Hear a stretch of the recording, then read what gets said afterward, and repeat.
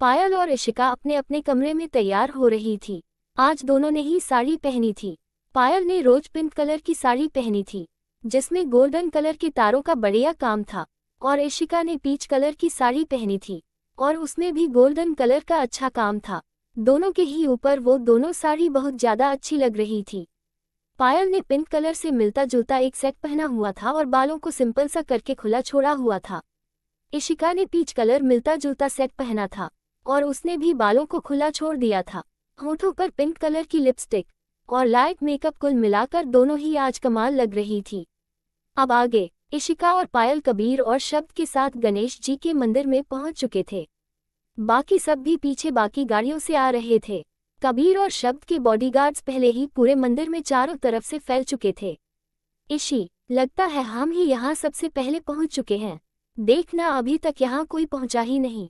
पायल ने चारों तरफ नजरें घुमाते हुए देखते हुए कहा, क्यों तुम्हें हम दिखाई नहीं दे रहे? कबीर पायल के पीछे से आता हुआ बोला, जिसकी नजरें एकटक पायल के ऊपर ही थी। कबीर तो बस पायल की खूबसूरती में बस खोता जा रहा था, लेकिन आज कबीर भी कहीं से भी कम नहीं लग रहा था। उसने भी रोज पिंक कलर का इंडो वेस्टर्न कुर्ता पहना हुआ था, हाथ में स्मार्ट वॉच और आंखों पर ब्लैक गॉगल्स जिसमें वो आज कहर ढा रहा था। पायल की भी नजरें कबीर पर से हटने को तैयार ही नहीं थी। वही शब्द की नजरें भी बस इशिका पर ही अटकी थी। आज शब्द भी अपने इमोशंस पर कंट्रोल रखने को तैयार नहीं था और इशिका भी सब भूलकर बस शब्द में ही खो गई थी। शब्द ने भी आज पीच कलर का इंडो वेस्टर्न कुर्ता पहना हुआ था, हाथ में स्मार्ट वॉच, जेल से सेट किए हुए बाल और आंखों पर ब्लैक गॉगल्स। कुल मिलाकर शब्द बहुत ही हैंडसम दिख रहा था, इतना कि कोई भी लड़की देखती तो वही अपना दिल हार जाती। तभी गाड़ियों के हॉर्न से चारों का ध्यान टूटा और वे चारों इधर उधर देखने लगे। तभी बाकी सब भी मंदिर के अंदर आते दिखे। जब सभी अंदर आए तो रुद्राक्ष की नजरें भी इशिका पर पड़ी। वो तो जैसे इशिका की खूबसूरती में खो सा गया।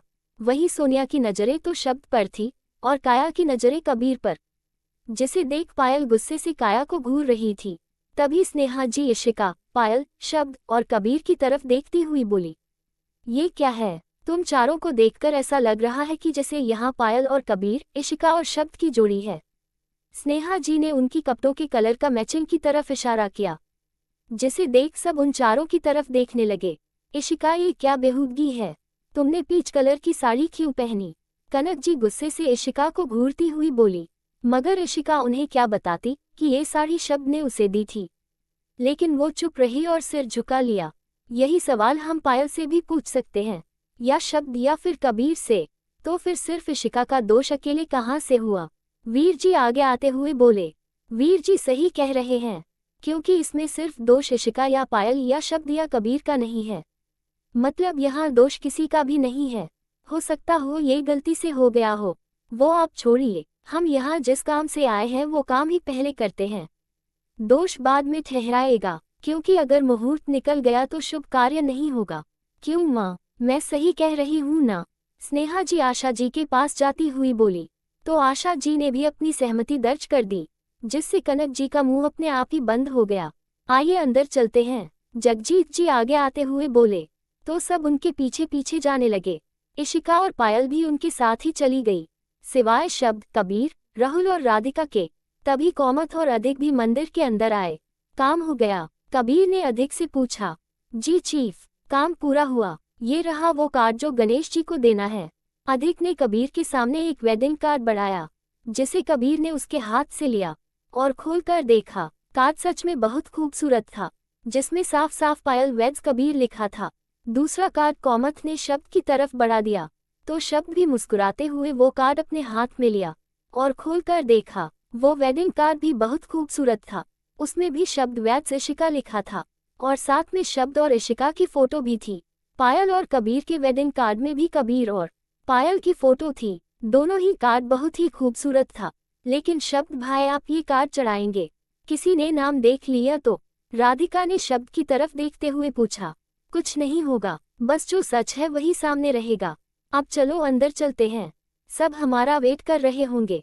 मंदिर के अंदर आते ही आशा जी ने स्नेहा जी के हाथ से 2 थाल पंडित जी की तरफ देते हुए कहा, पंडित जी, ये कबीर और हमारे पोते शब्द की शादी का भगवान गणेश जी को पहला न्योता है। इसमें इन दोनों की शादी का कार्ड, एक एक नारियल और कुछ फल फूल है, इन्हें स्वीकार करें। जी लाइए, कहकर पंडित जी ने उनके हाथ से दोनों थाल ले लिए और भगवान गणेश जी को चढ़ा दिए। कनक जी ने भी 2 थाल आगे कर दिया, जिसमें कुछ मोदक, फल फूल और मिठाई वगैरह थे, जिसे पंडित जी ने लेकर भगवान गणेश जी को चढ़ा दिया। पंडित जी, हम इन चारों बच्चों की शादी के लिए और उनके सुखी दाम्पत्य जीवन के लिए गणेश पूजन करवाना चाहते हैं। आशा जी ने हाथ जोड़े हुए ही पंडित जी से कहा। जी जरूर, दोनों जोड़े आगे आ जाए। पंडित जी बोले तो इशिका, शब्द, कबीर और पायल चारों आगे आ गए। सभी ने आंखें बंद कर रखी थी, इसलिए किसी ने भी शब्द और इशिका, पायल और कबीर को एक साथ पूजा करते नहीं देखा था। पंडित जी मंत्र पढ़ रहे थे और चारों अपने नए जीवन के लिए मंगल कामना कर रहे थे। तभी जब पूजा संपन्न हुई तो पायल इशिका को लेकर दूसरी तरफ आ गई। शब्द और कबीर एक साथ हो गए। आशा जी बाकी सबके साथ मंदिर के बाहर गरीबों में दान कर रहे थे, लेकिन मंदिर में रुद्राक्ष, काया, सोनिया के अलावा शब्द, इशिका, कबीर और पायल भी रुके थे। तभी राधिका आकर पायल को एक और लेकर चली गई। वही शब्द और कबीर भी अलग अलग थे। रुद्राक्ष ने जब इशिका को अकेला देखा तो मौका पाकर वो उसके पास चला आया। वही सोनिया शब्द के पास और काया कबीर के पास चली गई। हाय इशिका, रुद्राक्ष ने इशिका के एकदम नजदीक जाते हुए बोला। इस वक्त इशिका दूसरी तरफ देख रही थी, जिसकी पीठ इस वक्त रुद्राक्ष की तरफ थी। रुद्राक्ष की आवाज सुनकर वो पलटी। तुम यहाँ क्या कर रही हो? कहकर इशिका एक कदम पीछे हो गई, क्योंकि रुद्राक्ष इशिका के बहुत ज्यादा क्लोज था, जो इशिका के बालों की खुशबू को इनहेल कर रहा था। इशिका रुद्राक्ष को देखकर काफी ज्यादा डर गई थी। क्या हुआ इशिका, तुम पीछे क्यों जा रही हो? वैसे मैं बता दूं तुम्हें, तो आज तुम बहुत ज्यादा खूबसूरत लग रही हो, इतनी कि मेरा मन तुम पर डोल रहा है। रुद्राक्ष इशिका की तरफ बढ़ते हुए बोल रहा था। देखो, दूर रहो और जाओ यहाँ से। इशिका अपने कदम पीछे लेते हुए बोल रही थी। क्यों? शब्द और कबीर की तरह तुम मेरे साथ भी। रुद्राक्ष ने इतना बोला ही था कि एक तड़ाक की आवाज आई। इशिका ने रुद्राक्ष के गाल पर एक तेज थप्पड़ जड़ दिया। इशिका के उंगलियों के निशान रुद्राक्ष के गाल पर छप चुके थे। उसका चेहरा एक तरफ झुका हुआ था। रुद्राक्ष इसके आगे कुछ बोलता। इशिका ने गुस्से से रुद्राक्ष की आंखों में देखते हुए उसकी तरफ उंगली करते हुए बोली, अपने दिमाग की गंदगी अपने पास रखो, क्योंकि मैं उन लड़कियों में से नहीं हूँ जो तुम जैसों के लिए अपनी ही नजरों से गिर जाएं, समझे? कहकर इशिका वहां से चली गई। रुद्राक्ष अपने गाल पर हाथ रखते हुए गुस्से से दांत पीसते हुए बोला, तुमने मुझ पर हाथ उठाकर बहुत बड़ी गलती कर दी इशिका। अब तुम देखना मैं तुम्हें कैसे बर्बाद करता हूँ। अब तुम अपनी बर्बादी की उल्टी गिनती गिनना शुरू कर दो। कहकर रुद्राक्ष भी मंदिर से बाहर चला गया। मंदिर के दूसरी तरफ शब्द फोन पर था। तभी सोनिया आकर शब्द को पीछे से हक कर लेती है, जिसे देखकर शब्द की आंखें गुस्से से लाल हो जाती है। आई कॉल यू लेटर कहकर शब्द फोन काटकर अपने जेब में रखता है और सोनिया का हाथ पकड़ उसे दूर झटक देता है। शब्द, ये तुम? सोनिया बोल ही रही थी कि दूर हटो। शब्द गुस्से से घूरता हुआ बोला, लेकिन शब्द, मैं तुमसे प्यार करती हूँ। आई लव यू, प्लीज मान जाओ, मुझसे शादी कर लो, हम दोनों साथ में बहुत खुश रहेंगे, मैं तुम्हें बहुत खुश रखूंगी। कहकर सोनिया शब्द से चिपकने लगी। आसपास के लोग उन दोनों को ही देख रहे थे, जिससे शब्द कुछ असहज महसूस कर रहा था, लेकिन सोनिया को जैसे कोई फर्क ही नहीं पड़ रहा था। तभी सोनिया को दूर झटकते हुए, stay on your limit damn it, otherwise I will kill you, कहकर शब्द वहां से गुस्से से चला गया। शब्द को जाता देख सोनिया गुस्से से बोली, किल? मरना तो अब इशिका को पड़ेगा, क्योंकि वही हम दोनों के बीच आ रही है, हमारे रास्ते में आ रही है, क्योंकि मैं जानती हूँ कि तुम उस इशिका को किस नज़र से देखते हैं, जबकि तुम्हें उस नज़र से मुझे देखना चाहिए, और इसलिए इशिका को मरना होगा, तभी तुम मेरे होगे शब्द। कहकर सोनिया किसी को फोन लगाती हुई बाहर चली गई। मंदिर के आंगन में कबीर अधिक से कुछ डिस्कस कर रहा था। जब कोई उसके कंधे पर हाथ रखता है, अपने कंधे पर एक हाथ को महसूस करते ही कबीर के चेहरे पर मुस्कुराहट आ गई। उसने पलटकर देखा तो वहां पायल खड़ी थी। कबीर ने अधिक को जाने का इशारा किया। अधिक के जाते ही कबीर ने पायल की कमर पर हाथ रख उसे अपनी तरफ खींचते हुए कहा, क्या बात है मिसेज कबीर रघुवंशी, आज आप खुद मेरे नजदीक आए हैं। कबीर पायल की तरफ मुस्कुराते हुए देख रहा था, लेकिन पायल अपनी सोच में ही गुम थी। पायल ने काया को कबीर की तरफ जाता देख लिया था, इसलिए काया के पहुंचने से पहले ही वो कबीर के पास चली गई। लेकिन उसे नहीं पता था कि कबीर उसे ऐसे ही अपनी बाहों में भर लेगा। काया तो ये देखते ही बुरी तरह से चौंक गई थी, क्योंकि उसे कहाँ पता था कि कबीर और पायल की शादी हो रही है। उसे भी सबकी तरह यही पता था कि कबीर और इशिका की शादी हो रही है, लेकिन यहाँ तो ये देखकर काया गुस्से से घूरती हुई वहां से चली गई। छोड़ो मुझे मिस्टर जंगली, पायल गुस्से से दांत पीसती हुई बोली। क्यों, तुम तो खुद ही मेरे पास आई थी, तो मैं तुम्हें कैसे छोड़ दूं? कबीर पायल के बाल को उसके कान के पीछे करता हुआ बोला। मेरी मजबूरी थी, पायल ने धीरे से आंखें नीचे करते हुए कहा।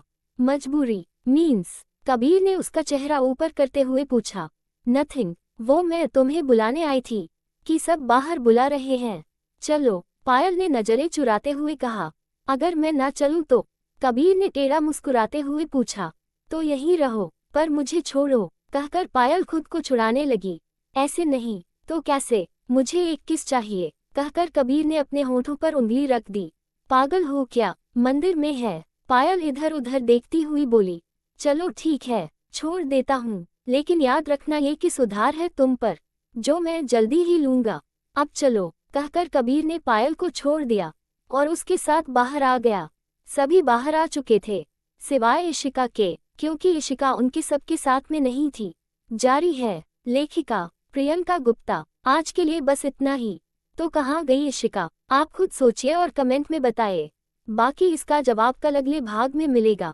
तो कल मिलते हैं अगले भाग में, तब तक के लिए पढ़ते रहिए, मस्त रहिए, बाय। आज का भाग आपको कैसा लगा कमेंट करके जरूर बताइएगा। तो मिलते हैं अगले भाग में, और जिन लोगों ने मुझे सब्सक्राइब नहीं किया है अभी कर लीजिए, ताकि आपको मेरी कहानियों के नोटिफिकेशन सबसे पहले मिल सके। Thanks for watching.